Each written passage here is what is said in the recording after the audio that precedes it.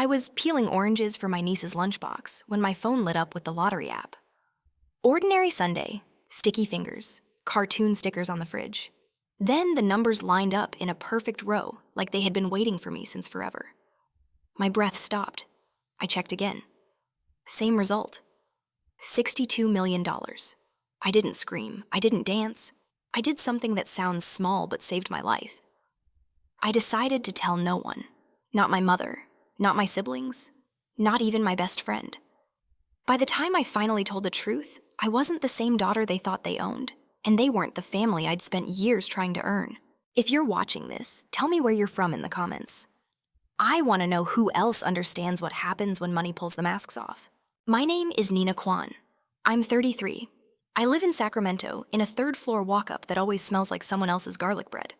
I'm a city auditor, which means I spend my days searching spreadsheets for things that don't add up and then explaining my findings to people who pretend not to understand. I used to think that skill existed only at work.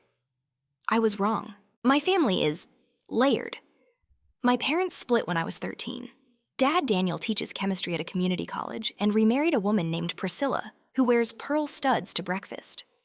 Mom, Lydia, married Raymond, a contractor who can turn a garage into a luxury guest suite, but can't bring himself to tip more than 10%.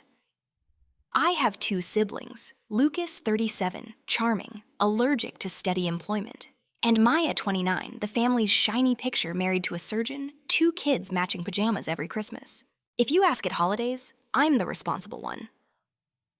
Translation: the person you call when the rent is overdue, the car dies, or a dog needs emergency surgery on Thanksgiving. I've paid cell phone bills. I've wired just this once money more times than I can count. And when I've needed help, we'll get to that. My apartment has everything I've ever saved for a couch, bought on sale, a secondhand bike with a squeaky brake, a tiny basil plant that I forget to water and then apologize to. I track every dollar. I know where the cheapest coffee is within 5 miles. Fridays, I treat myself to a tamale from the truck on 10th Street and a $6 lottery quick pick at the liquor store where the owner calls everyone boss. It's a joke, really. A habit. A tiny window where hope is allowed to be loud. On the day that changed everything, I'd worked late and gone to Maya's to help pack school snacks because Colin had a 5 a.m. shift and the twins were painting the dog blue. I bought the ticket on my way there, shoved it into my phone case, and forgot it until the app buzzed while I was peeling oranges at our counter. I checked, then I checked again. Then I put the phone down like it might bite. I drove home like the road was made of glass. I sat in my car in the parking lot and watched my breath fog the windshield. A number that big does something strange to your brain. It makes every decision feel like a cliff. So I made the only one that felt safe silence. I locked the ticket in a book I knew no one would borrow a dull municipal code binder with a cracked spine and tried to sleep. I didn't. Instead, I researched. At 2:11 a.m., I learned about winners who crashed within 5 years, friends who turned into creditors, cousins who appeared with new babies and old debts, laws about anonymity, blind trusts, the phrase sudden wealth syndrome, which sounds made up until your heart can't slow down. By sunrise, my plan had a shape. I called an attorney named Miguel Ortega, whose website looked like it had been built by someone who liked fonts too much. He met me the next afternoon in a conference room that smelled like lemon polish and caution. Miguel had soft eyes and a way of speaking that made complicated things feel possible. In California, you can claim through a trust, he said, sliding a legal pad toward me.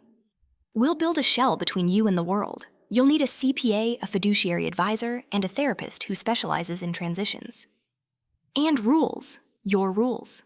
My rules, I repeated, testing the weight of that. Rule 1, he said, no sudden moves. Rule 2, no telling anyone until the structure is set. Rule 3, decide who you'll be after this, not just what you'll buy. We formed the 44th Street Trust, named after the bus I took to my first job. We opened accounts that didn't have my name on them. We planned how to pay taxes without leaving confetti trails. He introduced me to a financial planner, Pamela, who said the words boring wealth like they were holy. Index funds, emergency funds, charitable funds. We drafted a budget that could outlive me steady, quiet, smart. All the while, life pretended to be normal. I still clocked in at 8:15. I still ate leftover noodles over the sink. I still listened to my mother worry about paint colors while I calculated interest in my head. The secrecy pressed on my ribs. I kept catching myself imagining things: a tiny house with light, my basil plant thriving, paying off Dad's car without him knowing it was me. And then I'd imagine the other things: Lucas hearing the number and turning it into a plan with my name on it. Mom redefining fair to mean give it to the people who deserve you. Raymond sending me spreadsheets about reasonable returns with my money. The truth is, I didn't trust them. Not with this. Not after the last decade of "we'll pay you back," followed by silence. Not after the time Mom asked me to cover a contractor Lee irony so they wouldn't look bad and then posted vacation photos from Maui. Not after Lucas borrowed my emergency fund for a can't-miss food truck, and the only thing that appeared was a t-shirt with a logo. I needed clarity that wasn't just in my head. I wanted proof. Miguel said to take my time. Pamela said to make generous assumptions and strict boundaries. I nodded and stared at the ceiling at 3 a.m., listening to the upstairs neighbors argue about whose turn it was to take out the trash. The idea arrived soft and simple: test the people who claim me. Not with a trap, with a door, the kind you only notice if you're looking for it. I would tell each person I loved the same story: that my department had been cut after a political shuffle and a scandal I didn't cause. That HR said I'd get a partial payout, but not for weeks. That my landlord had posted a notice: new owner higher rent, short timeline. That I needed $4,800 to bridge the gap. Rent insurance, 2 co-pays until the next thing landed. Not a crisis that required heroics. Just a hand held out. I'd ask once. I wouldn't negotiate. I'd write down what they said and how they said it. It sounded cruel when I said it out loud to my best friend Rowan. He's an ER nurse, the kind of person who always knows where the nearest exit is. "This feels like playing God," he said, sitting on the hood of my car in the hospital parking lot, the night wind lifting his hair. "Also, you look like you haven't slept since the Clinton administration." "I need to know," I said, "before money makes them better actors." Rowan watched the ambulance bay doors slide open and closed. "You're going to get answers you can't forget." "I think I already have them," I said. "I just want them in their handwriting." Rowan isn't a yes man. That's why I trust him. He rubbed his jaw, then nodded once. Then set rules. Keep it clean. One ask, no theatrics. And Nina. Don't punish people for being poor, only for being cruel. Deal. I made a list in a cheap spiral notebook with a cover that said, "Do great things in gold foil." Mom and Raymond, Dad and Priscilla, Lucas, Maya and her husband Colin, Aunt June, my mother's sister, who makes the best dumplings on earth and gives gifts in used gift bags that still have the old tags inside. Aunt Verity, my father's sister, who married into money and treats kindness like a coupon that expired yesterday. Cousin Brent, who owes everyone something and treats apologies like currency. 10 names, 10 chances. I practiced alone in my kitchen. I kept my voice steady. I wrote out dates and amounts like a script. I set a calendar: 5 days, 2 calls a day, no texting first. I recorded each promised outcome in a column. I added one more rule at the bottom. Believe what they show you the first time. Before I started, I did one more thing. I took the cash. Aunt June had slipped me last month for emergencies because she thinks I hide my struggles to keep her from worrying and put it in an envelope for her marked "for your roof." I tucked it in the drawer by my stove, a reminder to myself of who shows up with the least. That night, I sat on my bedphone in hand, listening to the fan click every 3rd rotation. I stared at my mother's contact photo. It's from Maya's baby shower. Mom is in the middle, beaming one arm around Maya, the other hanging in the air between us like she couldn't decide if I fit. Rowan texted, "You got this, rules, nerves." I typed back, starting with Mom. I took a breath that hurt a little. I hit call. The line rang once, twice. "Sweetheart," she answered, bright and distracted as if she were already moving on to the next thing. "Can I call you back? Raymond's guy just delivered the tile samples. They're to die for." "Mom," I said, letting just enough tremor into my voice. "It's important." And that was how the test began. "Tile can wait," Mom said, but I could hear the clatter of samples on the counter. "What's going on?" "My unit got cut," I said. They froze payouts. I'm short for rent and 2 co-pays. I need to borrow $4,000. I'll sign something. I'll pay you back in 3 months. Silence. Then the throat clear I know too well. "Oh, sweetheart." That's... Ugh. The papers shuffled. Raymond and I just wired the deposit from the package. And the back smart. These contractors demand everything upfront. I wouldn't ask if it weren't urgent. Of course. I want to help, she said, voice bright as a stage light. Could your dad pitch in? Or Maya? I mean, Colin's a surgeon. They must have buffers. I'm asking you. Another beat. Let me talk to Raymond tonight. He's very strict about budgets. You know how he is with structure. I know exactly how he is. Generous with projects, frugal with people. Please let me know by Friday, I said. The notice is on my door. We'll see what we can do. She softened her tone. And maybe this is the push you need to try something more stable. Have you considered private banking? They love smart girls like you. We said goodbye. I wrote in the notebook. Lydia concern performance, redirected to others. No offer, we'll see. I set the phone down and felt my cheeks burn. Not from shame, from recognition. Rowan texted rule check. I sent back a photo of the line I'd just written. Next call, Dad. We met the next morning at Perch, the cafe near campus where every table tilts. Dad arrived 5 minutes early, as always, in a tweed jacket that smelled like chalk. You look tired, he said instead of hello. Work news, I said, and gave him the same story.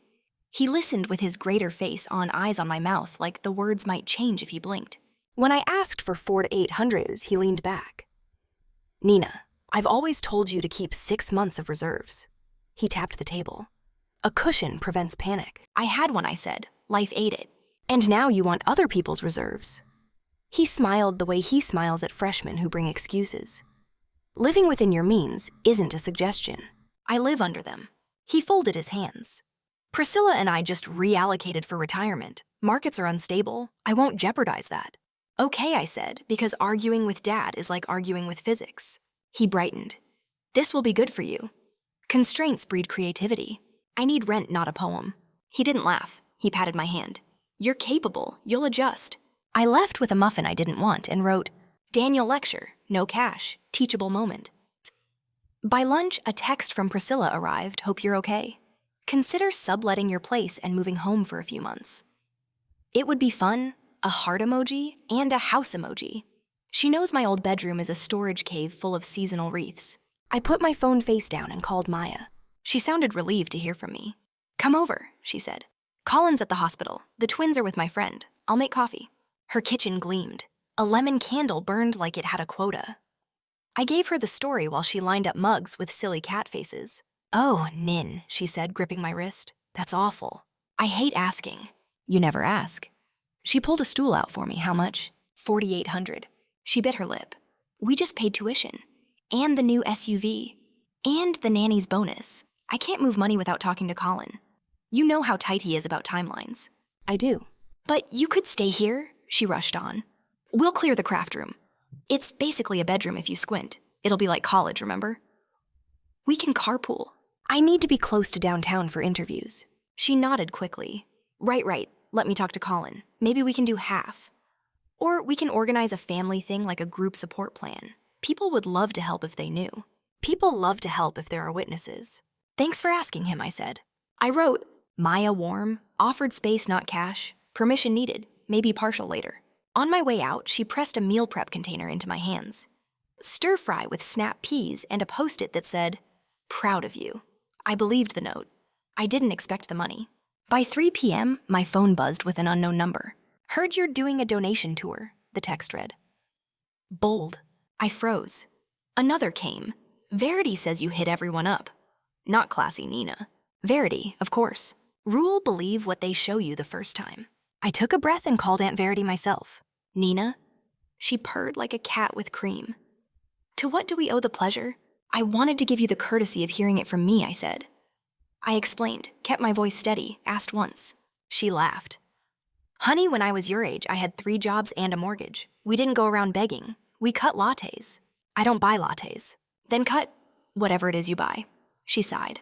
Anyway, we're moving funds to a new property. Liquidity is low, you understand. I do. Good girl. This will build character. And next time choose a field that pays. I wrote, Verity judgment, 0 support, gossip vector confirmed. When I looked up, the afternoon had turned the color of old paper. I sat on the bus home with my notebook open, bumping elbows with strangers, and tried to keep my face neutral. I felt like I'd swallowed a handful of pebbles. Rowan called. Check in. Mom, we'll see. Dad lesson? Maya maybe. Verity sport of it. And you, he asked. How's your chest? Hot. Keep the rules, he said, and eat something with protein. I laughed despite myself. At home, I heated Maya's stir-fry. I ate standing up.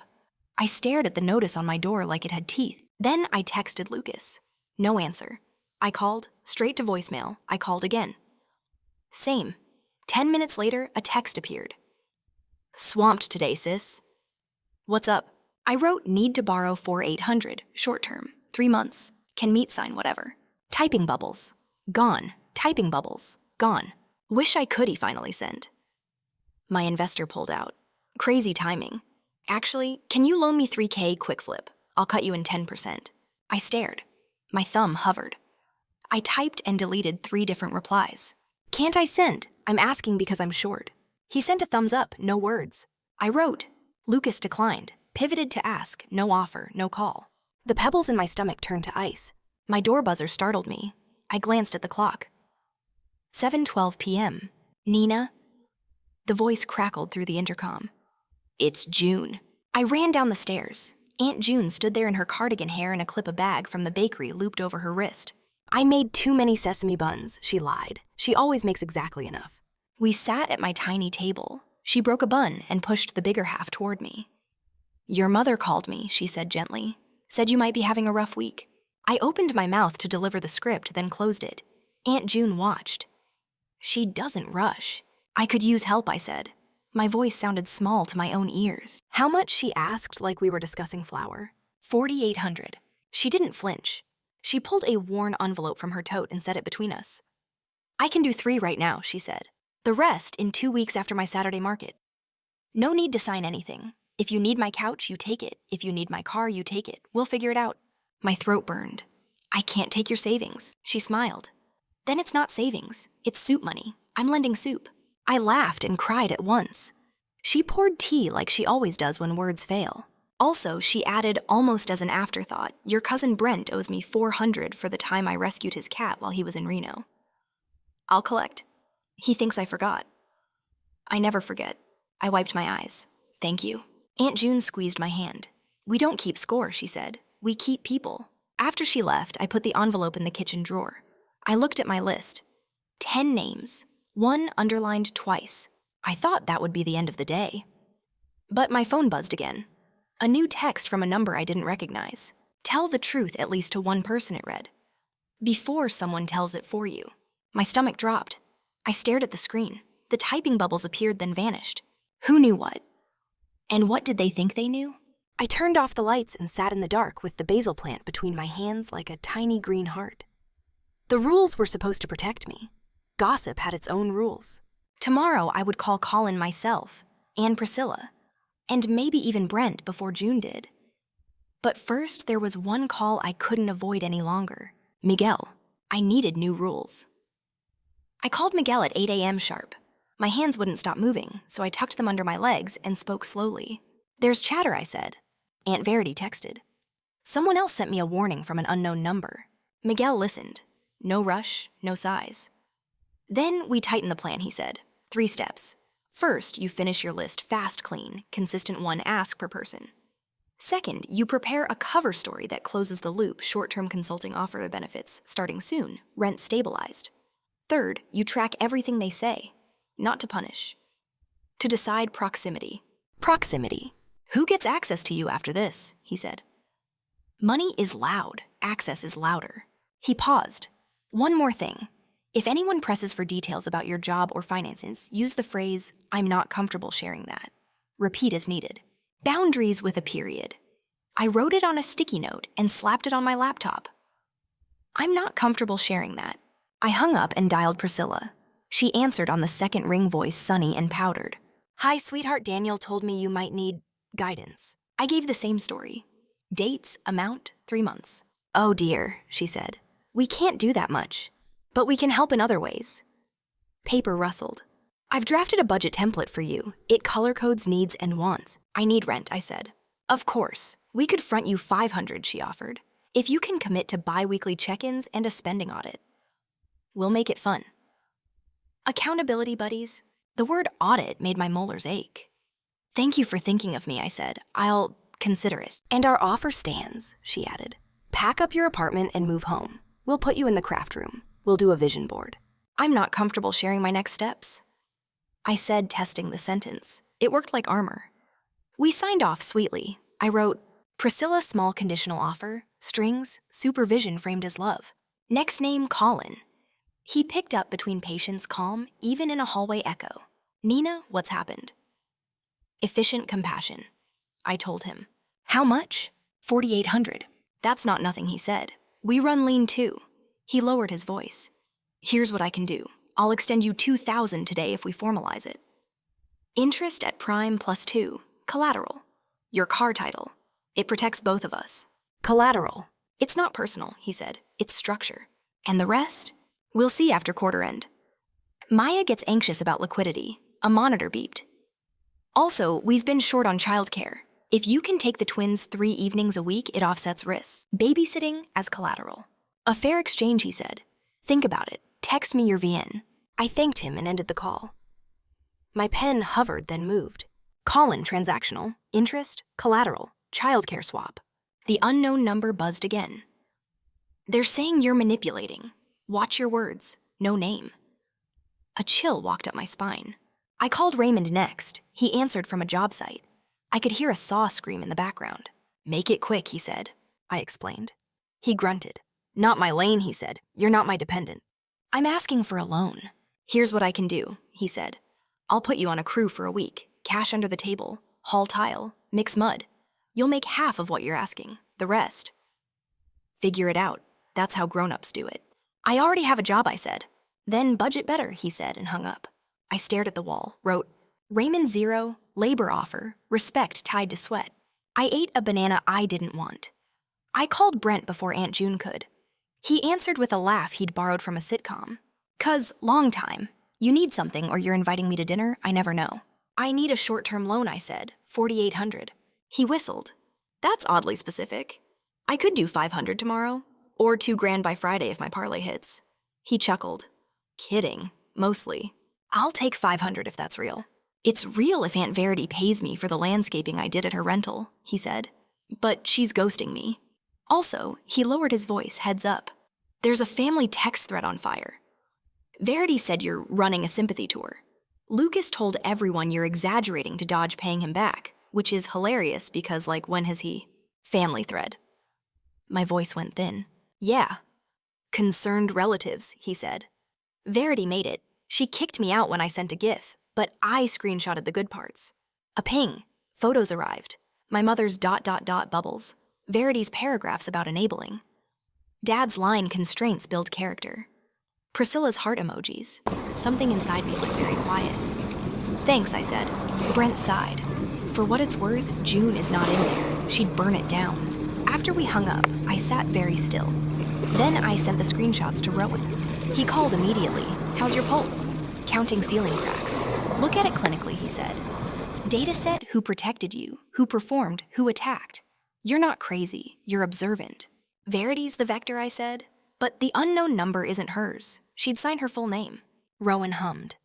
Could be someone inside that thread who hates what's happening, but won't blow it up. The revealer by accident, I said. And your anchor brought buns, he said. Eat one. I smiled a sliver. I will. At noon, my phone lit with Mom. I let it go to voicemail. Her message was bright brittle. Talked to Raymond. Money is tight with the hardscape and the backsplash and, But we can loan you 1,000 if you promise to spend it wisely. Or you could move into our guest room and save everything. Love you. I typed in the notebook. Lydia token, conditions, relocation push. Then I sent a group text to myself. Miguel and Pamela accelerate exit plan. Offer received for temporary consulting. Start date in 2 weeks. Health insurance pending. Cover story ready. Pamela replied, Good. Also, set up a giving account now. You'll want it later when you're angry and generous. Anger plus money writes checks you regret. I made tea. I called Aunt June to thank her again. She didn't ask for the script. She asked if I'd eaten. Then she said, Bring your laundry. My machine is faster. We'll talk while it thumps. On the way to her place, I passed Maya's SUV and pulled over. My phone buzzed. Maya. Colin told me what he offered, she said. I want you to know I don't need collateral. I know you, but he's cautious. He's structured, I said. He's controlling when he's scared, she admitted. And I'm scared. We stretched for the house. I hate that I can't just hand you the money. I hate that I need permission to help my own sister. I let the words sit with us. Your stir-fry helped, I said. So did the cat mugs. She laughed softly. I'll sell the mugs. Don't, I said. Keep one for me. We hung up easier than we started. I wrote, Maya heart in the right place, trapped by systems, trying. Laundry with June felt like oxygen. She told me stories about when she moved here with one suitcase and a rice cooker that sparked if you looked at it wrong.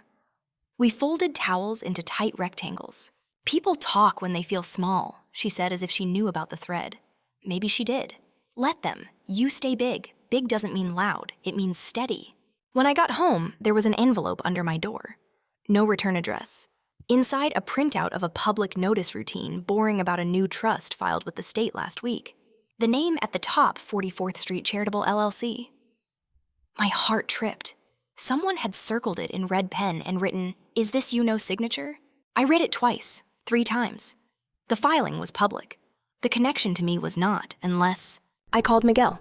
Someone's fishing, he said. The filing doesn't link to you, but it signals that a trust exists. They're trying to scare you into confessing.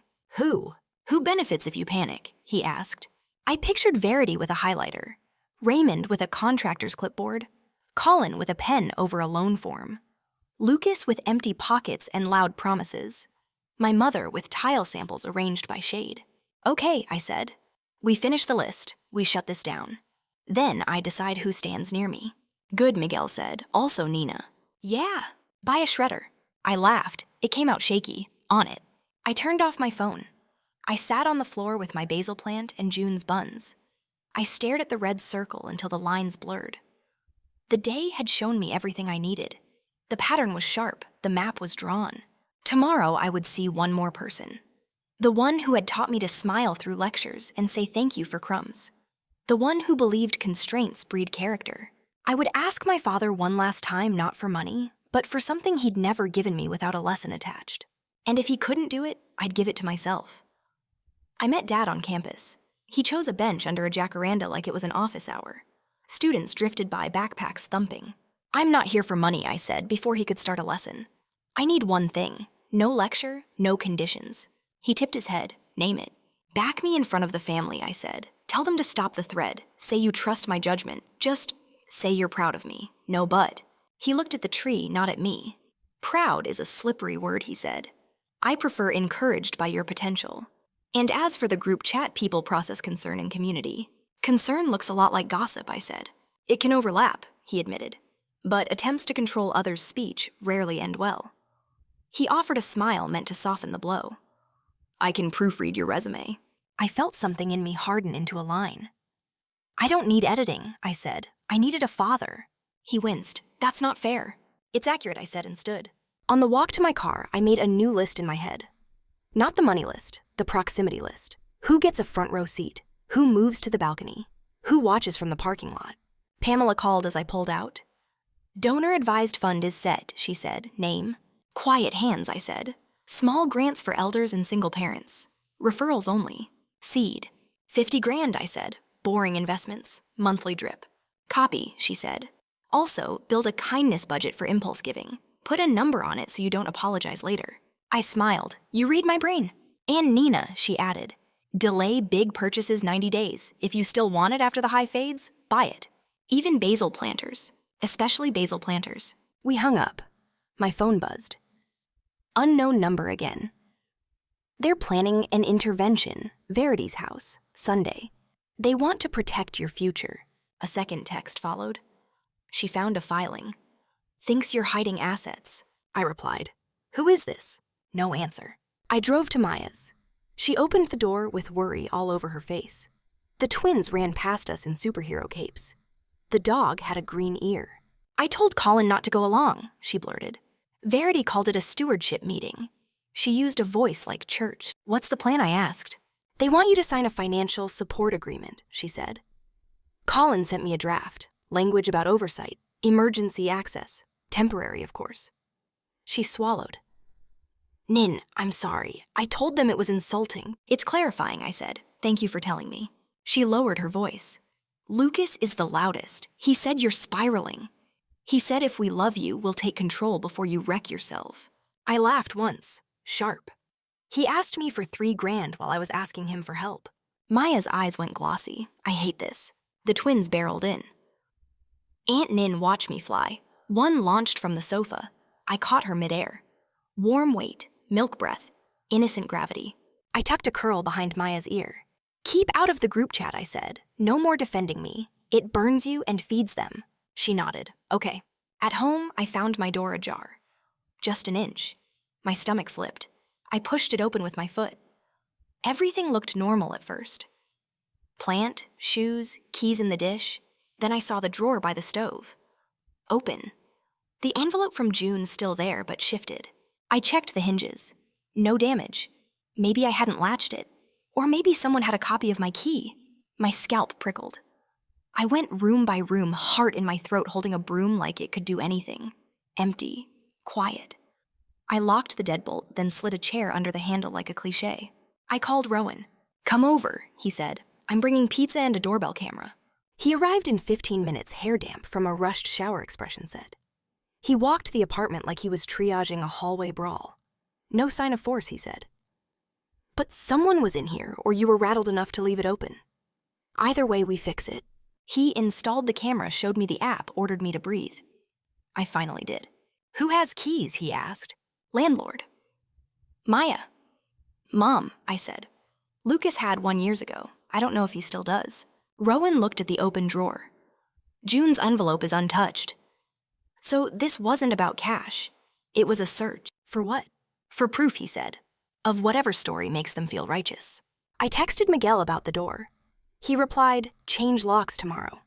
Notify landlord in writing. Camera good, keep a log." I added a line to the notebook. Apartment door ajar, drawer moved, install cam, change locks. As I capped my pen, my phone buzzed. "Lucas," I answered. "Hey, sis," he said, tone too bright. "Heard you're in a crunch. Thought I'd swing by tonight, help box stuff up. You can crash at my place while you figure things out." "I'm fine here," I said. "Really, because Verity says." "How do you know what Verity says?" He laughed. "We're tight again. She gets me. Honestly, she thinks you need structure." He lowered his voice.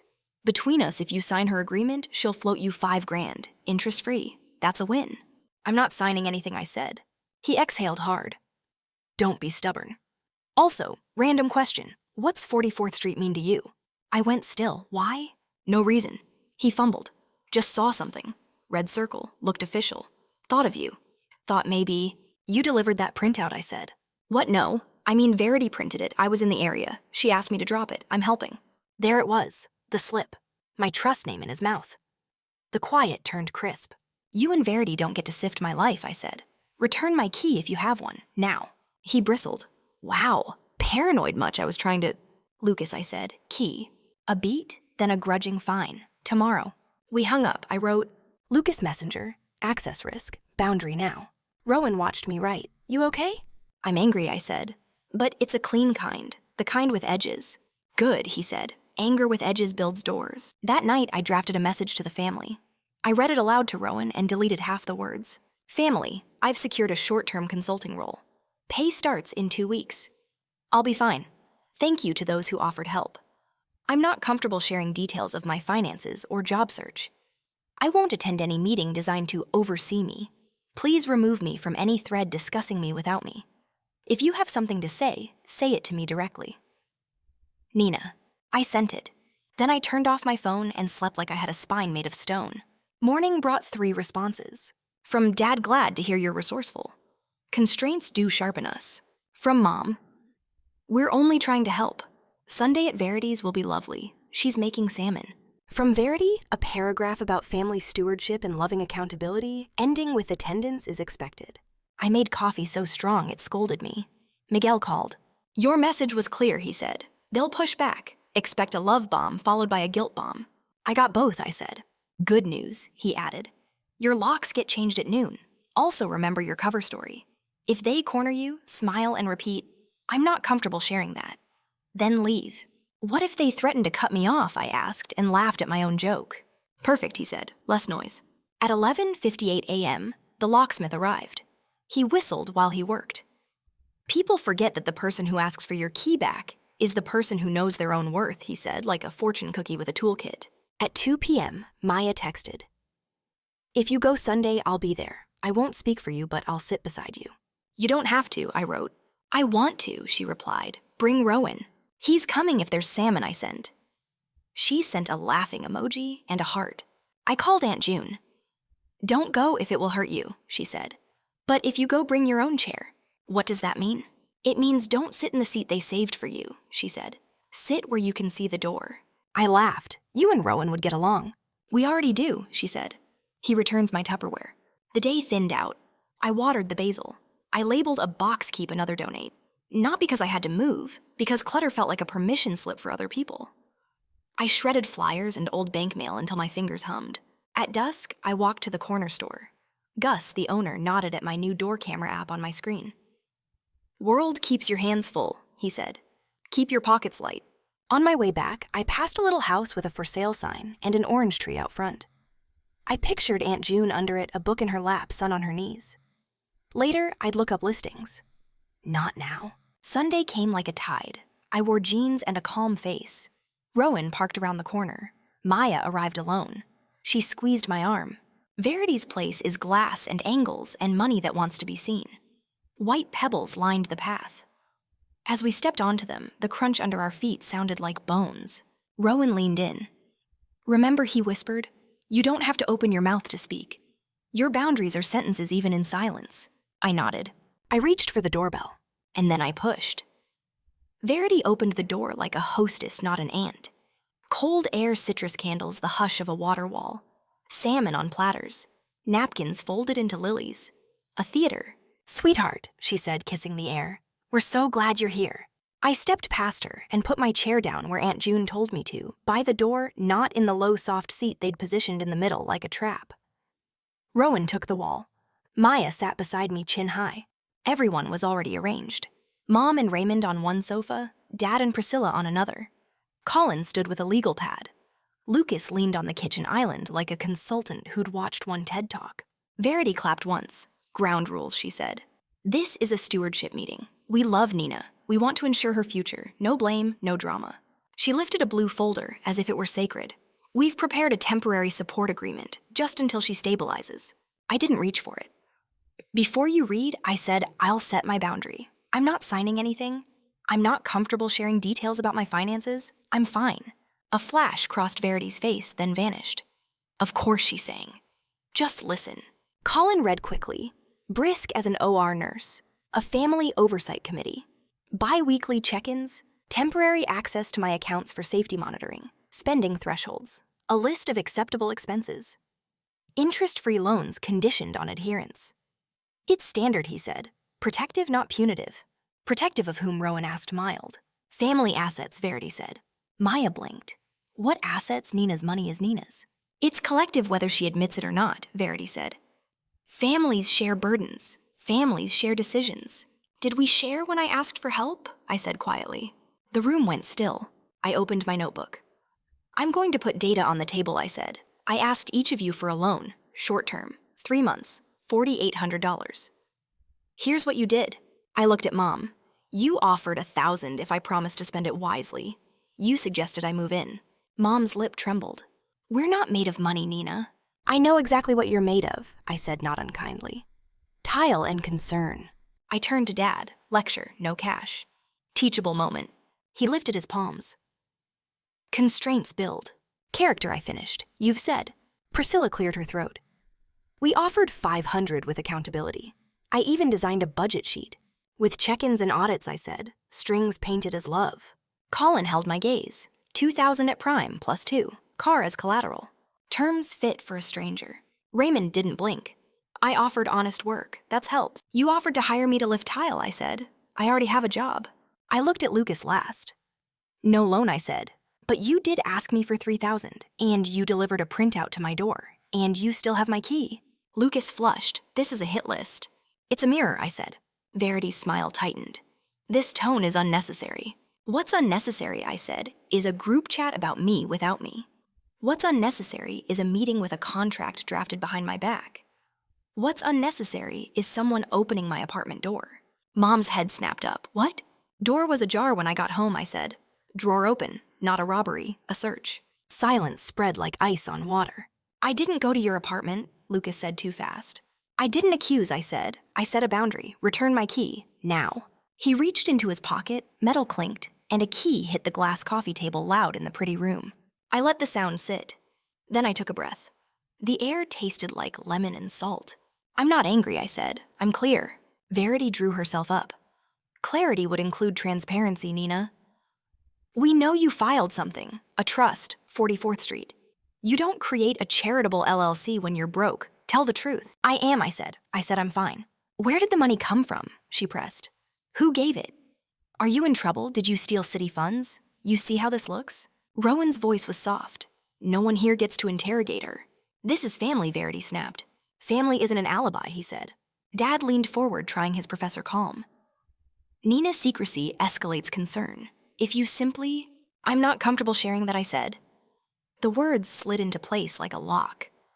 And this is the last time I'll say it. Mom pressed a napkin to her throat. We're scared for you. You're scared of losing control, I said. Those are different. Maya's hand found mine, small squeeze, steady. Verity exhaled through her nose, then changed tactics. All right, she said. We hear you. No signing tonight, but accept one gesture, symbolic. Give Maya oversight for a month. She's soft on you, but she's a mother. She understands responsibility. Maya's voice cracked. Don't use me. Priscilla stood placing a printed calendar on the table. Here is a schedule, she said, as if unveiling art. Check-ins, meal trains. We can carry Nina through this valley. I'm not in a valley, I said. I'm building a ridge. Raymond snorted. You sound ungrateful. I am grateful, I said, to the one person who helped without a photo op. I looked around the room.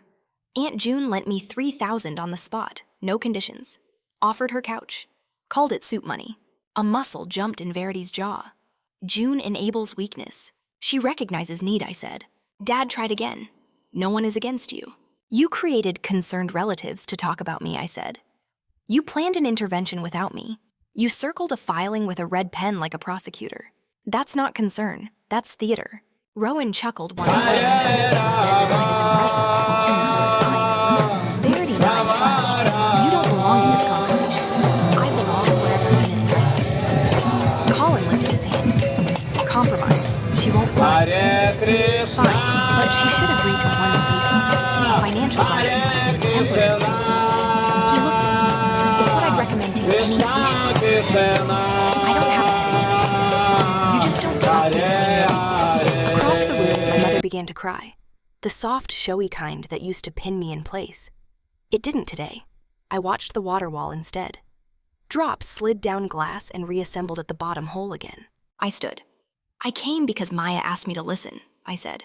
I've listened. Here's my answer. I took the blue folder from Verity and handed it back to her. No. I slid my phone into my pocket. Remove me from every thread that mentions me. Don't enter my home. Don't contact my landlord. Don't contact my boss. If you have something to say it to me. Alone, I won't entertain committees. Verity's smile went thin as paper. If you leave the family. That's not how families work, I said. But if those are your terms, I opt out. I started toward the door. Lucas moved to block me. Rowan stepped between us, easy and immovable. Don't, he said quietly. You can be better than this. Lucas looked at the floor. He stepped aside. Wait, Dad said, and for once his voice didn't sound like a lecture. Nina. I turned. He swallowed. Something in his face shifted. He stopped. Tried again. I'm proud of you. It landed like rain on dry earth. Late, small, real. Thank you, I said. Say that in the chat. Priscilla dabbed at her eyes. We'll bring salmon, she whispered, absurd and earnest. Maya hugged me at the door, her breath warm on my cheek. Text me when you're home, she said. I'll come over. We'll watch dumb TV. I have locks, I said, and buns. Rowan opened the door. The night air felt honest. The sky was still blue in that last thin way before dark. Gravel crunched under our feet like punctuation. We were halfway to the car when my phone buzzed. Unknown number. You did well. They'll back off for a bit. Check your mailbox when you get home. Top shelf. I stared at the screen. Who is that? Rowan asked. The revealer. I said, whoever can't stand what they're part of. We drove with the windows cracked and said nothing. At my building, the camera blinked a tiny red eye. I opened the mailbox. On the top shelf sat a plain envelope. Inside, a photocopy of the support agreement, annotated in tidy, familiar handwriting. A note paperclipped to the top. This is wrong. I couldn't say it in there. C. Colin's initial. I let out a breath I hadn't known I was holding. The annotations circled every clause that took something from me. In the margins, no medical basis, breach of privacy, coercive. Rowan read over my shoulder. Huh, he said. Revealer has a spine after all. I put the papers in my drawer next to June's envelope. Soup and evidence, love and lines. Then I turned off my phone, made tea, and sat on the floor with the basil. The water boiled. The plant looked greener than it had yesterday. Or maybe I did. Tomorrow I would act, not to punish, to protect, to carve out the quiet I had earned. And I knew exactly where to start. I knew where to start. At 8 a.m., I sat at my table with tea, my notebook, and the copy of Colin's annotated agreement. I called Miguel on speaker and read my plan like a checklist. Boundary letter, I said. No meetings, no oversight, no entering my home, no contacting my employer or landlord. Any violation gets a legal response. Good, Miguel said. I'll put it on firm letterhead. Certified mail, separate copies to Verity and Lucas regarding the key and the mailbox stunt. We'll cite harassment and tortious interference. Next, I said, I'm resigning, quietly. Pamela joined the call. Resign with grace, she said. 2 weeks. Exit clean. Then consulting begins. Health insurance bridges. No sudden lifestyle jumps. Copy, I said. After the call, I wrote 3 thank you notes by hand. 1 to Aunt June for soup, 1 to Maya for sitting beside me, 1 to Colin for the margin notes. I slid the notes into envelopes and held them until the ink felt like a promise. Then I went to work and gave notice. My boss blinked. He's the type who forgets you have a life until your chair is empty. Offer, he asked. Consulting, I said. I'm not comfortable sharing more. He nodded like he'd taught me the sentence. We shook hands like we'd never shared burned coffee. At lunch, I met Aunt June at the credit union. I repaid the $3,000 plus a thank you fee that she tried to refuse until I called it interest, and made her sign a napkin. Then I walked her 2 blocks and showed her a small house with an orange tree and a porch that begged for books. A for sale sign leaned tired in the grass. Let me rent this to you, I said. Market rate, long lease. My consulting project buys it as a community pilot, all above board. You'll be my test case. Her eyes shone, then narrowed. Are you sure? Yes. She looked at the tree again. I'll grow herbs, she said, and invite the neighbors for dumplings. Her smile was small and fierce. Okay. Back home, Miguel's envelope lay in my mailbox, already stamped and clipped, ready to send. I added my notes and walked them to the post office. Each green card felt like a small, calm drumbeat, proof, lines in ink. By 4 p.m., the camera app pinged. Someone at my door. Lucas fidgeting. I watched him slide a key into the lock that no longer matched. He swore, looked up at the camera, and flipped it off. Then he placed an envelope on the mat and left. Inside my key on a ring with a bottle opener shaped like a shark, a note.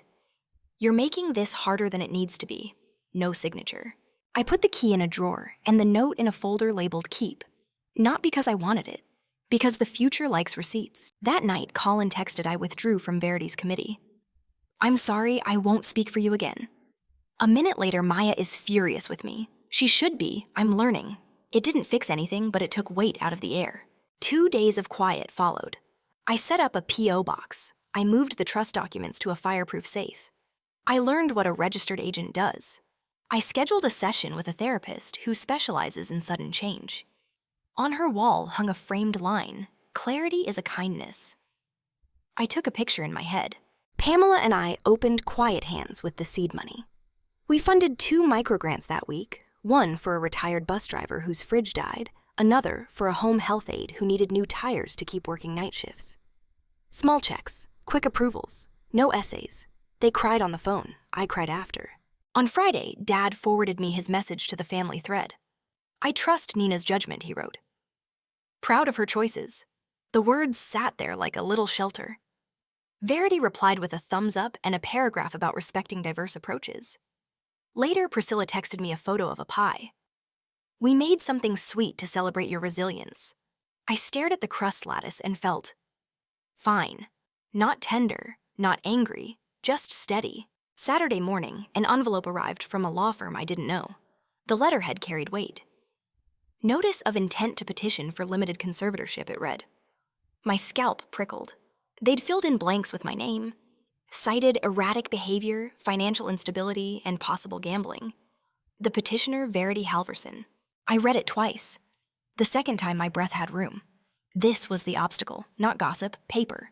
I called Miguel. He was already ahead of me.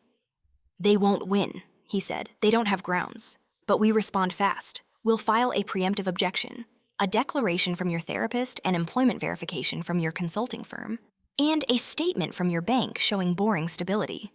If they file, we'll seek fees. Pamela texted, also pull your credit, freeze it. Guardianship vultures sometimes try adjacent stunts. I froze everything within the hour. Then I made tea and called Aunt June.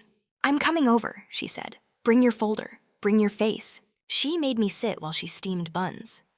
People who can't control themselves try to control others, she said, folding dough like a prayer. We won't play. We ate in warm silence. After she handed me a paper bag with lemons and a tiny jade plant. For courage, she said. And for your new porch when it's time. Back home, I spread documents across the table. Rowan arrived with a printer and that look he has when he's about to triage chaos. Guardianship, he said after I handed him the letter. He whistled. They're swinging. We'll block, I said. He printed forms. I signed. Miguel's courier came. The machine in my chest slowed. At midnight, my camera pinged again. 2 figures in the hall. Verity and Lucas. My door stayed locked. They spoke close heads together. The mic caught only shape. Rowan leaned over my shoulder. Call Miguel, he whispered. I didn't. I texted the landlord and saved the clip. Then I turned up the white noise and went to sleep. Morning brought 3 things: Miguel's email with the filed objection, a text from Colin. I told Verity to drop it. She won't admit defeat, but she hates bad press. And a long message from Mom full of metaphors. We overreached. Verity meant well. Family is a garden. Occasional pruning is healthy. Can we have tea? I answered each with one sentence. I'm not comfortable meeting about this. I added a second line to Mom, I love you. Boundaries are love too. At noon, Verity emailed. After further discussion, we are withdrawing our intent to petition. No apology, just the paperwork equivalent of a cough. I forwarded it to Miguel. He replied, fees, I wrote back. Let it go. He respected that. I wanted air. I went for a walk by the river phone in my pocket shoulders, untensed for the first time in days. A man strummed a guitar by the bridge. Kids threw bread at ducks that did not want bread. I watched the water carry leaf boats to wherever leaf boats go. On the way home, I stopped at the little house with the orange tree. A new sign hung, under contract. My chest lifted. We closed on Tuesday using quiet hands as the buyer. Aunt June signed a lease on Wednesday. Thursday, she sent a photo of the porch at 5 a.m. A mug of tea, a book the sky not yet decided. The caption said home. I kept moving. I mailed a check to the college foundation in Dad's name to fund a chemistry lab grant. Anonymous. I tucked a gift card under Maya's doormat for the twins' new shoes. Anonymous. I paid Brent's cat's vet bill directly after June mentioned it over dumplings. Anonymous. It wasn't sainthood. It was relief energy finally flowing without strings. On my last day at the auditor's office, I took down my 3 plants and left the sticky note on my monitor. I'm not comfortable sharing that. The new analyst would find it and wonder. I smiled at that. When I got home, a package leaned against my door. No return address. Inside, a shredded copy of the support agreement confetti in a zip bag. A note for your compost. Initialed C. I laughed, out loud, alone. It felt good. That night, Maya and I sat on my floor with takeout and watched a dumb cooking show. She put her head on my shoulder. I told Colin I'm done letting other people define my kindness, she said. He's recalibrating. I can handle him recalibrating, I said, as long as he's honest about the screws he turned. She snorted. He drafted a budget titled Humility Plan. I told him to delete it. We laughed until we cried. Then we just cried. Tired, clean. Before she left, she handed me a small box. Inside, a mug with a single cat on it. No slogan, no glitter. For your ridge, she said. After she went home, I stood at the window and watched the building across the street turn its lights on one by one like a slow applause. My phone buzzed with 2 messages. Rowan tomorrow. Sunrise. Drive. No destination. Bring tea and the plant. Miguel. Everything quiet. Call me when you're ready to make quiet hands loud. I touched the basil. New leaves edged up small and determined. I washed the new mug and set it on the counter. I looked at the door camera one last time. Empty hallway. Silent. Mine. The lines were drawn. The noise had receded. The map ahead wasn't finished, but it was mine to draw. Tomorrow, I'd get in a car with my best friend, watch the world go past, at a speed that made sense, and choose the first turn without asking anyone's permission. And then, in the space that opened, I would decide who gets a key to the life I'm building and who gets a postcard from far away. Rowan picked me up before sunrise. No plan.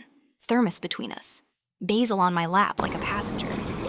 We drove east until the city thinned and the fields opened. The sky peeled from gray to apricot. He didn't ask where. I didn't explain why. We stopped at a diner with a cracked U-shaped counter and a waitress who called everyone love. I told him finally why I'd named the trust after the 44 bus.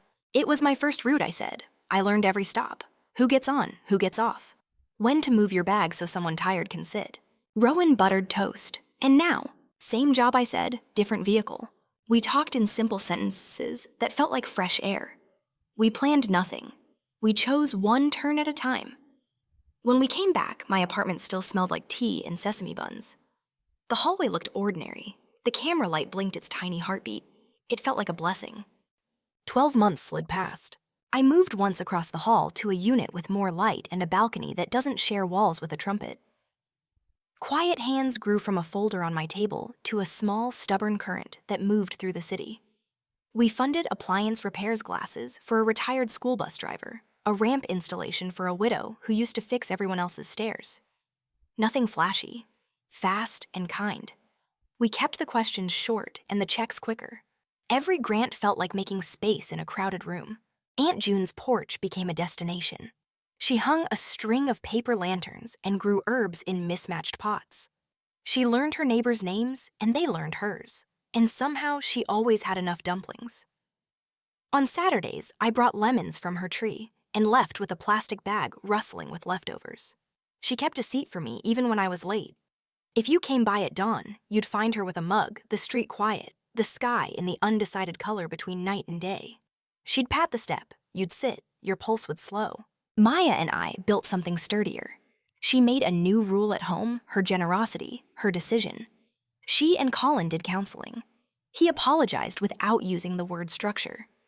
He stopped running other people's budgets. He still labels his leftovers. That's fine. He also sends our charity anonymous tips when he hears about a nurse sleeping in her car between shifts. He signs them with a single letter. I don't need the letter anymore. Dad settled into a better version of himself. The chemistry lab got new glassware and fume hoods from an anonymous donor. He sent a thank you note addressed to whoever made this possible. He read it aloud to his students. His voice shook at the end. He sent the same note to me just in case. He still speaks in aphorisms, but sometimes he stops before the morale and lets a compliment stand. He is learning that love doesn't require a thesis. Mom and I have tea in public places. We talk about recipes and books and the neighbor who paints his fence at night. When she steers toward my future, I change lanes. She notices. She corrects. Once she whispered, "I'm sorry I tried to make your life a group project." It wasn't dramatic. It was better. It was true. We hugged by the pastry case while the barista pretended not to watch. Verity sends a glossy holiday letter each year. It includes a picture of salmon that looks suspiciously familiar, and adjectives like refined and legacy. I send back a card with a drawing of an orange tree and no return address. She doesn't call now. She got the firm letter and the message beneath it. My door is not a revolving one. Lucas works, an actual job with schedules and deductions. He texts sometimes short and sober. We keep our distance. I don't fund him. I don't fix him. When he shows up with honesty instead of a scheme, I answer. The day he returned my key, I put it in a drawer and marked the folder. Keep, not out of sentiment, out of memory. We both need one. Rowan and I still drive aimlessly when the air gets too loud. He brings peaches in summer and clementines in winter. We invent names for clouds. He tells me 5-minute stories from night shift that end with someone kind finding someone softer. We don't talk about the night of the lilies unless one of us needs to remember how to leave a room. Pamela keeps my money boring. Miguel keeps my paper teeth sharp. The therapist keeps asking me the same question. What does quiet sound like today? I answer differently each time. Last week, it sounded like a washing machine in Aunt June's kitchen, thumping its happy drum while she sang to a plant. The basil moved outside. It survived the hot days and the spider mites and my tendency to hover. It is against odds thriving. There were temptations. Once, when the news ran a story about a mystery donor covering medical bills in our county, my phone exploded. Family chat, old friends, strangers from high school. I typed 3 words. Leave me out and didn't hit send. I turned the phone face down and went for a walk. Later, I wrote a check to the clinic in memory of people who never got their bills covered. It wasn't fame, it was relief. Another time, an envelope arrived with a new agreement. Not from Verity. From a cousin who wanted to be promoted to villain. I scanned it. I smiled. I shredded it. Then I watered the basil and mailed a birthday card to his kid with stickers inside. Adults write contracts. Children write truth. If you're wondering whether I ever told them the whole story, the numbers, the ticket, the night with the app, the answer is no. Secrets can rot you from inside if you keep them to control people. This one didn't. It kept me safe long enough to build a place where I didn't need it. That's different, I told one person who wasn't already part of the machine. Aunt June knows. She nodded once and asked if I wanted more tea. That felt like the right amount of ceremony. I did buy something large. Not a car, not a yacht. A building 4 buses away. Small apartments over a corner market. We fixed leaks and painted walls. We dropped rents for seniors who had been in those units since the last good mayor. We added a ramp. The owner, a woman in her 70s with a gardener's hands, cried in the stairwell when the papers were done. I cried on the curb where the bus would stop. I kept the 44 route map framed in my hallway. I touch it when I leave. Here's what changed that matters. I no longer explain my boundaries. I state them and make tea. I no longer confuse access with affection. If you love me, you get time. If you use me, you get silence. I no longer carry other people's emergencies like a merit badge. I carry my own peace and share it where I choose. We talk about revenge like it's fire. Mine turned out to be water, not a flood, a steady, clear stream that wore down rock. A year ago, I wanted to show them. Now I just want to live well and quietly enough that no one can write me into their version without my consent. When I picture the night at Verity's, I don't see the lilies anymore. I see Maya's hand finding mine. I see Rowan at my shoulder, patient as a tree. I hear my father's voice catching on a word he didn't plan to use. I feel the floor steady under my feet because I decided what ground counted. Maybe that's the whole point. Money didn't change their character. It lit the room. It didn't change mine either. It revealed I'd been practicing for this my whole life, counting, observing, choosing. The lottery didn't save me. The first decision did. If you're watching this far, I want to hear from you. Not just where you're listening from, but the moment you drew a line and it held. Did you ever refuse an invitation to your own erasure? Did you ever pick up your chair and sit by the door? Tell me in the comments. Share the part you can share. Keep the part you need to keep. And if you're in a hallway right now wondering if you're allowed to turn the handle, consider this your nudge. We're fine over here. There's tea on, the porch light is on, the basil is getting wild.